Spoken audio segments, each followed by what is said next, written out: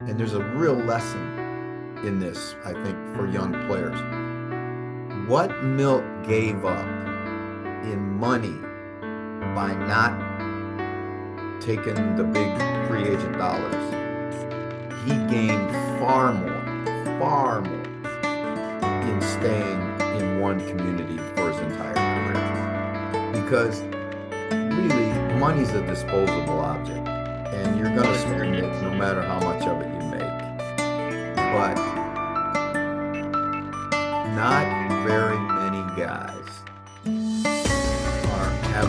have the profile. I don't even know, profile's the wrong word. Have the respect and admiration and love of the city, the entire city. And I'm talking about generation, because there's kids that love Milt Stegall today that never saw him play.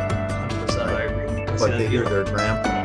The year I had gotten here, the winter I came in, Milt was a rookie that previous year, and he had gotten hurt. And then it was late towards the end of the season, and he was trying to get back on the field because they were going to look like they had a chance to make the playoffs.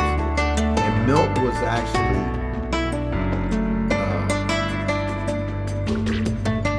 I'll just say it this way, a teammate of his, a veteran teammate of his, told him, hey, don't come back because you don't need to, and if you get hurt, you know, it's going to be bad for your career and all this stuff. And Milt never bought into that, right? Even though he was hurt, even though he wasn't 100%, he still came back and tried to play for his teammates. He tried to play for the city of Winnipeg. And I think when you see, that's the only title. And I think, you know, it's so interesting how, like, for example, Milt. And I remember this conversation I had with Milt, and it's funny, he brought it up last year. I think it was at Grey Cup, I can't remember, but he brought it up that Milt was a great player, but Milt didn't really know how great Milt could be. And I took him aside one day, and I said, Milt, you have to go be that guy. Just go be great. Go be the best receiver in the league. Go be as good as you're capable of being. And he kind of looked at me like, huh?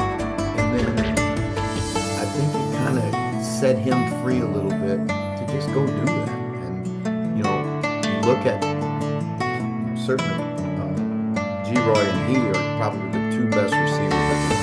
My dad was my hero.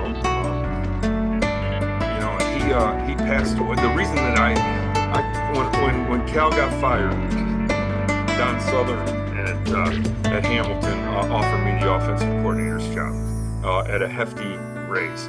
But that's when I took the head coach's job at Valdosta State University in Georgia.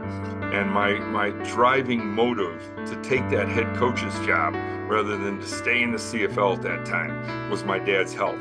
And he was down here in Florida, right where I'm living now at the time. And I knew that if I stayed in Canada and he was in Florida, I wasn't going to get to see him very much longer. And so I took that job in Georgia, and he got to see me coach my very first game as a head coach against Georgia Southern. Okay, so he got to see me be a college head coach. Now, by the time I got to my third year at Valdosta, my dad had passed away, and I had his initials